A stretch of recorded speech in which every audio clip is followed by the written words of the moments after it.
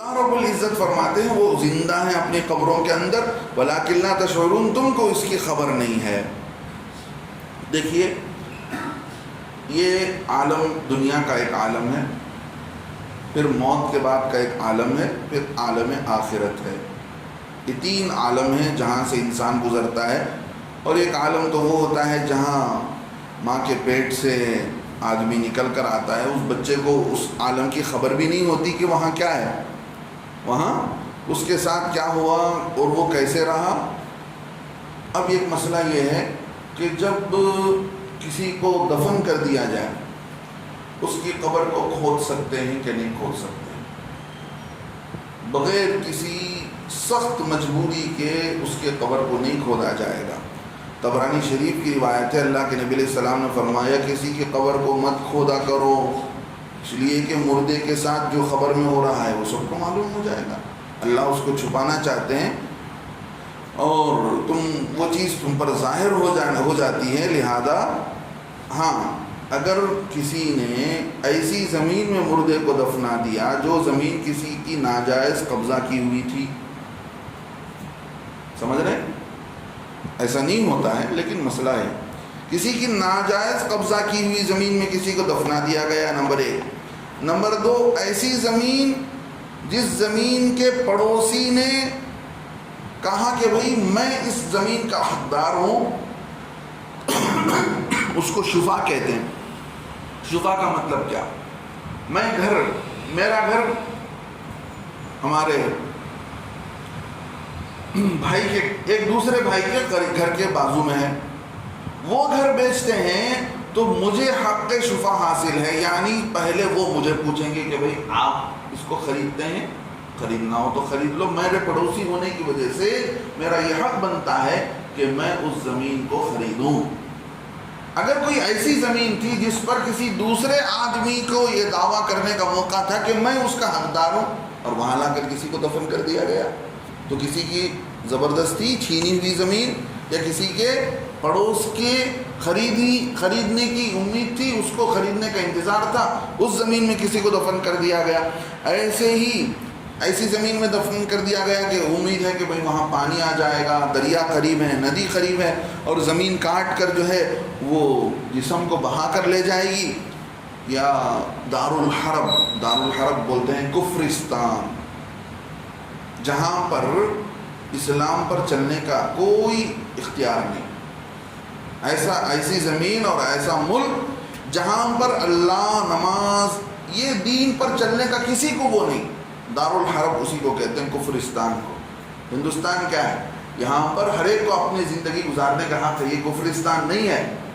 ایک دور تھا جب انگریز نے اس پر حکومت تسلط کیا اور مسلمانوں کو غلام بنایا، تو اس وقت کے علماء نے حکم دے دیا تھا، فتویٰ یہ دیا تھا کہ یہ دارالحرب ہے، یہ کفرستان ہے۔ لیکن اب یہ نہیں کہا جا سکتا، اس لیے کہ ہم کو دین پر، اپنے مذہب پر چلنے کا ہم کو یہاں پر پوری رائٹس حاصل ہے، ہم چل سکتے ہیں، کسی کو ہمارے معاملے میں انٹرفیئر ہونے کی ضرورت نہیں ہے۔ اب ایسے موقع پر کسی کو دارالحرب میں دفن کر دیا گیا، وہاں سے بھی نکال سکتے ہیں۔ اس طرح کے علاوہ کسی دوسری مجبوری میں کے بغیر وہاں سے کسی کے جسم کو نکالا نہیں جائے گا۔ لہذا اللہ رب العزت نے یہاں پر جو آیتیں اتاری ہیں کہ جو لوگ اللہ کے راستے میں چلے گئے ان کو مردہ مت کہو، یقین کے بارے میں یہ آیتیں اتری ہیں شہدائے بدر، جنگ بدر میں 14 صحابہ کا انتقال ہوا تھا، 6 صحابی مہاجر صحابی تھے، 8 کون تھے؟ 8 انصاری صحابی تھے، ان کے نام لکھے ہوئے ہیں۔ وہ سارے نام جب بدر کو ہم لوگ گئے تھے وہاں پر دیکھا، عجیب منظر ہے۔ جو بھی عمرے کو جاتے ہیں، حج کو جاتے ہیں، وہاں جانا چاہیے، عجیب منظر ہے۔ اللہ نے وہ پورا منظر، اگر بدر کا میدان اور بدر کا قصہ کسی کے آنکھوں کے سامنے ہو کہ اللہ کے نبی علیہ السلام نے پڑاؤ ڈالا تھا، ابو سفیان کے لشکر پر حملہ کرنے کے لیے اللہ کے نبی علیہ السلام چلے تھے، راستے میں ابو سفیان کو معلوم ہو گیا تو وہ دوسرا راستہ بدل کر چلا گیا۔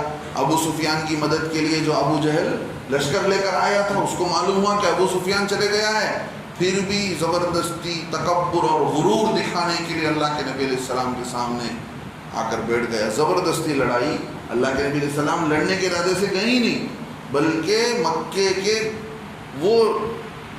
وہ قافلہ جو تجارتی قافلہ تھا، ان کے فائنینشل سسٹم کو برباد کرنے کے لیے مسلمان گئے تھے، راستے میں ان کے مال کو لوٹنے کے لیے گئے تھے، لیکن اللہ کا معاملہ، جنگ کا موقع پڑ گیا، وہ پورا میدان، اللہ کے نبی علیہ السلام پوری رات روتے رہے، وہاں ایک مسجد بنی ہوئی ہے، مسجد العریش، عالی شان مسجد، ایک عجیب ایمانی فضا ہے، وہ سارے صحابہ کی خبریں ہیں، 14 صحابہ کی قبریں، اور اس کے علاوہ جتنے لوگ، وہ پورا ایک گاؤں بن گیا ہے، بدر کا علاقہ پورا ایک گاؤں بن گیا ہے، عجیب ایک ایمانی فضا ہے، وہاں پر جانے پر وہ سارا منظر آ جاتا ہے اپنی آنکھوں کے سامنے۔ تو اللہ کے نبی علیہ السلام کی وہ ان صحابہ کے بارے میں کہا گیا کہ اس لیے کہ مدینے میں گئے تو مدینے کے منافقین کہنے لگے کہ اگر یہ لوگ زندہ ہوتے تو دنیا کے مزے اڑاتے، خواہ مخواہ لڑائی کیا مسلمانوں نے، 14 آدمی مر گئے۔ اللہ نے کہا کہ نہیں نہیں، یہ مرے نہیں ہیں، کیا ہیں وہ؟ زندہ ہیں، شہید ہوئے ہیں، لہذا ان کو اللہ رب العزت وہ زندہ ہوتے ہیں۔ دیکھیے دنیا کے اندر آدمی ہوتا ہے تو انسان کا جسم کے تابع روح ہوتی ہے، جسم کو آدمی اچھے کاموں میں رکھتا ہے تو روح بھی اچھی ہوتی چلی جاتی ہے، آدمی جسم کو گندا کرتا ہے، گندے کاموں میں لے جاتا ہے تو اس کی روح بھی گندی ہو جاتی ہے۔ اب خبر کو جاتا ہے تو اس کے جسم کے ساتھ روح کا رشتہ ختم ہو جاتا ہے، اب اس کے جسم اس کا جسم روح کے تابع ہو جاتا ہے۔ روح اچھی ہے تو جسم کے ساتھ بھی اچھا سلوک خبر کے اندر، روح خراب ہے تو خبر کے اندر بھی اس کا سلوک الگ ہوتا ہے۔ ایک بہت بڑے اللہ والے گزرے ہیں، مولانا عبد الماجد دریابادی رحمۃ اللہ علیہ، یہ ان کے بارے میں بڑے اپنے زمانے کے عالم تھے، لیکن دنیا والوں کی ایسی ایسی کتابیں پڑھ کر کہ ان کا ذہن بدل گیا تھا، ان کا ذہن بدل گیا تھا کہ قرآن پرانے قصوں کی کتاب ہے، اس میں کہاں ہے، اب قرآن پڑھیں گے تو ہمیں کہاں سے ہماری زندگی بدلے گی۔ لیکن توبہ ہوا، حضرت مولانا اشرف علی تھانوی رحمۃ اللہ علیہ کے خانقاہ میں پہنچ کر حضرت کے ہاتھ میں توبہ کیے، پھر ان کی زندگی بدلی۔ انہوں نے ایک قصہ لکھا ہے، انہوں نے ایک خط لکھا دارالعلوم دیوبند کے تیسرے محتمم حضرت مولانا قاسم نانوتوی کو، یہ کہا کہ دیکھو عالم برزخ، خبر میں جو لوگ رہتے ہیں ان سے کانٹیکٹ کرنے کا کوئی ذریعہ ہے کہ نہیں ہے؟ تو پھر انہوں نے ان کو سمجھایا کہ دیکھو 3 عالم ہیں، ایک عالم دنیا ہے جہاں پر جسم کے تابع روح ہوتی ہے، جسم اچھا ہے تو روح بھی اچھا ہے، اور جسم خراب ہے تو روح بھی خراب ہو جاتی ہے، اور خبر گویا یہ عالم دنیا اور عالم آخرت کے بیچ میں عالم برزخ ہے، گویا انتظار چل رہا ہے کہ جب قیامت آئے گا آدمی عالم آخرت میں داخل ہو جائے گا۔ یہ عالم برزخ عالم انتظار ہے، یہ کہاں ہے؟ یہ بالکل اللہ ہی کے علم ہے، یہ کہاں ہے؟ کہا یہ جاتا ہے کہ ایسی تحقیق ہوئی ہے دنیا کے اندر، سائنسدانوں نے اس کو تحقیق کیا کہ زمین کے نیچے نیچے نیچے کیا ہے، تو ان کو پتہ چلا، ایسے آثار ملے۔ ایک عرب نے مجھے بتایا کہ اس کے پاس وہ سیڑھی تھی لیکن وہ مجھ تک نہیں پہنچ سکی، میں بہت کوشش کیا، آج بھی اس کا نام مجھے معلوم ہے، فرانس کے اندر تونسیہ کا ایک عرب ہے، وہ فرانس کے اندر رہتا ہے، فرانس کا ایک شہر ہے نیم، اس کا نام تھا کمال الدین عیاری۔ تو اس نے کہا کہ ایسا تحقیق ہوا ہے سائنسدانوں نے کہ زمین کے اندر کے حصے میں عالم برزخ ہے، وہاں پر روحوں کو، مردوں کے روحوں کو وہاں تکلیف دی جاتی ہے، اگر وہ اچھے ہیں تو ان کو جنت کی لذتیں وہاں ملتی رہتی ہیں۔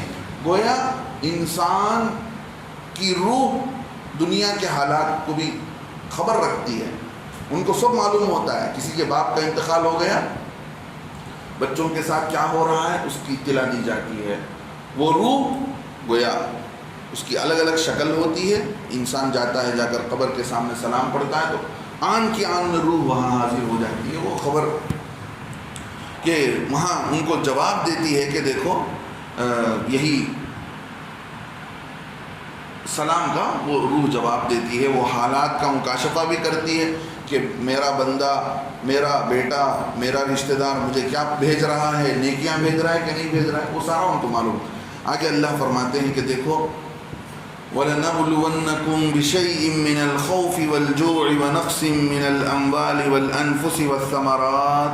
اللہ فرماتے ہیں کہ اب تمہاری آزمائش کی جائے گی، وَلَنَبْلُوَنَّكُمْ، ہم تم کو ضرور بھی ضرور آزمائیں گے، بِشَيْءٍ مِّنَ الْخَوْفِ، خوف میں سے تھوڑا سا حصہ دے کر، یعنی تھوڑا سا ڈر آ جائے گا۔ انسان دنیا کے اندر ایسے حالات آتے ہیں کہ دنیا کے اندر انسان ڈر جاتا ہے، تو اللہ رب العزت خوف دے کر، کبھی بھوک دے کر، کبھی تجارت کے اندر مال کو نقصان کر کے، مختلف شکلوں میں اللہ رب العزت کیا کرتے ہیں، انسانوں کو آزماتے۔ اللہ فرماتے ہیں ہم آزمائیں گے تم کو تھوڑا سا ڈر سے اور بھوک سے، تھوڑا سا بھوک، اور مال میں نقصان کر کے اور جانوں میں نقصان کر کے۔ جان کا نقصان کیا ہے؟ بیماری آ جاتی ہے، آدمی اچھا ہوتا ہے، ہارٹ اٹیک آ گیا، اس کا اوپن سرجری ہو رہا ہے، کبھی کسی کو پیٹ کے اندر ہرنیا کا آپریشن اور کڈنی کا آپریشن، پتہ نہیں دنیا کے اندر۔ یہ اللہ فرماتے ایمان والو تم کو بھی، جو ایمان والے نہیں ہیں سب کو آزمایا جائے گا اس دنیا کے اندر۔ وَنَقْصٍ مِّنَ الْأَمْوَالِ وَالْأَنفُسِ وَالثَّمَرَاتِ، اور پھلوں کے اندر بھی، میووں کے اندر بھی تم کو نقصان دے کر۔ وَبَشِّرِ الصَّابِرِينَ، اور بشارت ہے صبر کرنے والوں کے لیے۔ وبشر کے معنی خوشخبری سنا دیجیے اے نبی علیہ السلام صبر کرنے والوں کو۔ کون ہیں صبر کرنے والے؟ ان کا امتحان ہوتا رہتا ہے، اب ان کا امتحان ہوتا رہتا ہے تو یہ صبر کرنے والے کیسے ہیں؟ الذین اذا اصابتہم مصیبت، جب ان کو کوئی مصیبت پہنچتی ہے، قالوا، وہ کہنے لگتے ہیں، انا للہ، ہم اللہ ہی کے ہیں، ہم اللہ ہی کے، اللہ ہمارا مالک ہے تو ہم اللہ کے مال ہو گئے گویا، ہم اللہ ہی کے ہیں، وَإِنَّا إِلَيْهِ رَاجِعُونَ، اور ہم اللہ ہی کی طرف لوٹ کر جائیں گے۔ تو ایسے لوگوں کو جو ہر وقت اِنَّا لِلَّہ پڑھتے ہیں، اللہ فرماتے ہیں أُولَئِكَ عَلَيْهِمْ صَلَوَاتٌ مِّن رَّبِّهِمْ وَرَحْمَةٌ، ایسے ہی لوگوں پر اللہ کی طرف سے عنایتیں ہیں، صلوات من ربهم، اللہ کی طرف سے عنایتیں ہیں، ورحمہ، اور اللہ کی طرف سے رحمت بھی دی جاتی ہے، وَأُولَئِكَ هُمُ الْمُهْتَدُونَ، اور وہی لوگ سیدھے راہ پر ہیں۔ دیکھیے یہ صبر اور شکر کا اتنا بڑا انعام ملتا ہے اللہ کی طرف سے بندے کو کہ آدمی دیکھتا ہے کہ بندے، ایک کسی کے بچے کا انتقال ہو گیا، مان لیجیے حدیث میں آتا ہے، تو اس بچے کا انتقال ہو جاتا ہے تو وہ کیا کہتا ہے؟ فرشتے کو اللہ پوچھتے ہیں جب تو نے اس کی جان لی تو اس نے کیا کہا؟ اے اللہ اس نے انا للہ پڑھی، تو اللہ فرماتے اس کے لیے جنت میں ایک کھوٹری بنا دو، ایک گھر بنا دو، اور اس کا نام رکھو بیت الحمد۔ بیت الحمد کے معنی تعریف کرنے کا گھر، تعریف کرنے کا گھر۔ کیا مطلب؟ اس نے اللہ کی تعریف کی، اللہ کو یاد کیا ہے، اس کے لیے انا للہ پڑھنے پر ایک گھر جنت کے اندر تیار کر دیا جاتا ہے۔ حضرت ابو سلمہ رضی اللہ عنہ اللہ کے نبی کی خدمت میں آئے، وہاں پر اللہ کے نبی علیہ السلام نے فرمایا کہ دیکھو جب آدمی کو کوئی مصیبت پہنچتی ہے، اس مصیبت کے وقت آدمی یہ دعا پڑھ لیتا ہے، اللہم اجرنی فی مصیبتی واخلفنی خیرا منہا، تو وہ حدیث انہوں نے لا کر گھر والی کو سنایا کہ اس کا مطلب کیا ہے؟ اس کا مطلب یہ ہے کہ اے اللہ مجھے اس مصیبت میں اجر دے، اجرنی فی مصیبتی، مجھے اس مصیبت میں اجر دے، واخلفنی خیرا منہا، اور مجھے اس سے بہتر بدلہ عطا فرما۔ ہر مصیبت کے وقت میں انا للہ پڑھنا ہے، اور یہ دعا پڑھنا ہے، ہر آدمی یاد کر لے، اللہم، بولیے اللہم اجرنی فی مصیبتی واخلفنی خیرا منہا۔ اب جو ہے ان کا اس کی وجہ سے اللہ تعالیٰ اجر بھی دیتے ہیں اور اس سے بہتر چیز بھی دیتے ہیں۔ مان لے کہ آپ کا موبائل چلا گیا، آپ کی گھڑی چلی گئی، آپ کی گاڑی چلی گئی، آدمی انا للہ پڑھتا ہے اور بار بار یہ دعا پڑھتا ہے، اللہم اجرنی فی مصیبتی، اللہ میری مصیبت میں مجھے اجر دے، واخلفنی خیرا منہا، جو مصیبت مجھ پر آئی ہے اس کو ہٹا کر مجھ پر بہتر حال کو لا لے، اچھی چیز دے دے، اللہ تعالیٰ دے دیتے ہیں۔ لہذا سنت یہ ہے کہ آدمی پر حالات آئے تو کیا پڑھنا چاہیے؟ انا للہ پڑھے زبان سے اور صبر کرتا رہے، اور صبر کی وجہ سے اور اللہ رب العزت کیا کرتے ہیں، جیسا میں نے بتایا کہ اللہ تعالیٰ آدمی واویلا نہیں مچاتا، ہنگامہ نہیں کرتا، صبر کرتا ہے تو اس کو اس صبر پر کیا ملتا ہے، اس صبر پر بہت بڑا اجر ملتا ہے۔ اللہ کے نبی صلی اللہ علیہ وسلم نے فرمایا جو مصیبت کے وقت میں انا للہ پڑھتا ہے اللہ تعالیٰ اس سے بہتر بدل عطا فرماتے ہیں اور اتنا دیتے ہیں کہ وہ اس سے راضی ہو جاتا ہے، جو چیز چلی گئی اسے بھول جاتا ہے، اللہ نے اس سے زیادہ دے دیا۔ انا للہ کے پڑھنے کی برکت ہے۔ حضرت یوسف علیہ السلام کے ابا حضرت یعقوب علیہ السلام کو بھی یہ دعا معلوم نہیں تھی انا للہ پڑھنا۔ انہوں نے کیا کہا، یا صفا علی یوسف، روتے ہو رہے تھے یوسف علیہ السلام کے چلے جانے پر، روتے روتے ان کے آنکھ میں دیکھنے کی طاقت ختم ہو گئی، تو انہوں نے کیا کہا، یا صفا علی یوسف، ہائے افسوس یوسف پر۔ لکھا ہے کتابوں میں، اگر ان کو معلوم ہوتا انا للہ کا کیا اجر ہے، اس پر کیا ملنے والا ہے، تو وہ نبی ہو کر وہ یہی دعا پڑھتے، انا للہ پڑھتے۔ اللہ نے اس امت کو دیا ہے، لہذا لوگ افسوس کرتے ہیں، زبان پر کیا کہ لوگ الفاظ لاتے ہیں، سنتے ہی ایو ایسا ہوا کیا، افسوس، الگ الگ انداز سے اس کا ریئیکٹ کرتے ہیں۔ لیکن ایمان والے کو چاہیے کہ کیا کرنا چاہیے۔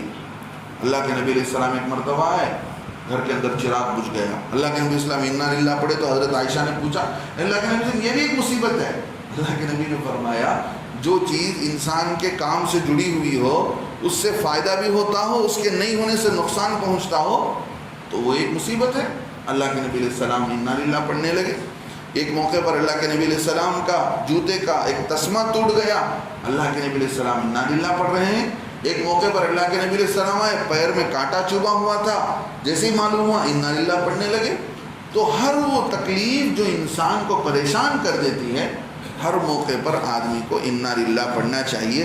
ایک حدیث میں اللہ کے نبی علیہ السلام فرماتے ہیں ایمان والے پر مصیبتیں پیچھے لگاتار آتی رہتی ہیں، کبھی اس کے مال پر کبھی اس کے جان پر نقصان پہنچتا رہتا ہے، لیکن یہ اس کے گناہوں کا کفارہ بن جاتا ہے۔ یہ مصیبتیں کیا ہوتی ہیں، آ کر اس کے گناہ دھل جاتے ہیں۔ بیماری ہو آئی، انسان کا گناہ مٹ جاتا ہے، پریشانی آئی، مال چوری ہو گیا، کوئی دوسری بڑی آنے والی مصیبت اللہ اس کو ہٹا کر مال سے ختم کر دیتے ہیں، جان پر آنے والی مصیبت اللہ روک لیتے ہیں، مال سے اللہ ختم کر لیتے ہیں۔ اس طرح کی چیز ہوتی ہیں، لہذا انسان کو ہر حال میں صبر کرنا چاہیے۔ صبر کا اللہ کے ہاں بہت بڑا مرتبہ ہے۔ اللہ سے دعا ہے اللہ تعالیٰ ہمیں ہر حال میں اس کے فیصلے پر راضی ہونے کی توفیق نصیب فرمائے اور صبر کرنے کی توفیق نصیب فرمائے۔ وہ ایک ویڈیو پرسوں دیکھ رہا تھا، فلسطین کا بچہ یہی آیت پڑھ رہا تھا، یا ایھا الذین آمنوا استعینوا بالصبر والصلاۃ، ایمان والو نماز کے ذریعے سے اور صبر کے ذریعے سے اللہ سے مدد مانگا کرو۔ یہ پوری آیت پڑھ رہا تھا کہ صبر کرنے والوں کے لیے کیا ہے۔ واقعتاً مصیبت کیا ہوتی ہے وہ لوگ جانتے ہیں، ہم کو نہیں معلوم۔ اللہ سے مانگتے رہنا چاہیے، ہم کچھ نہیں کر سکتے ہیں۔ وہاں کے پروڈکٹس کا بائیکاٹ کریں، ان کے لیے روزہ رکھیں، اللہ سے مانگیں، راتوں میں اٹھ کر روئیں۔ اگر انسان کا درد اور غم آپ کے اندر ہے تو رات کو آپ کے بستر میں سوتے وقت کانٹا چبھنے لگے، بستر میں کانٹا معلوم ہو، نیند نہ آئے تو سمجھ لیجیے آپ کے اندر امت کا غم اور درد ہے، ایمان کا صحیح جذبہ آپ کے اندر ہے۔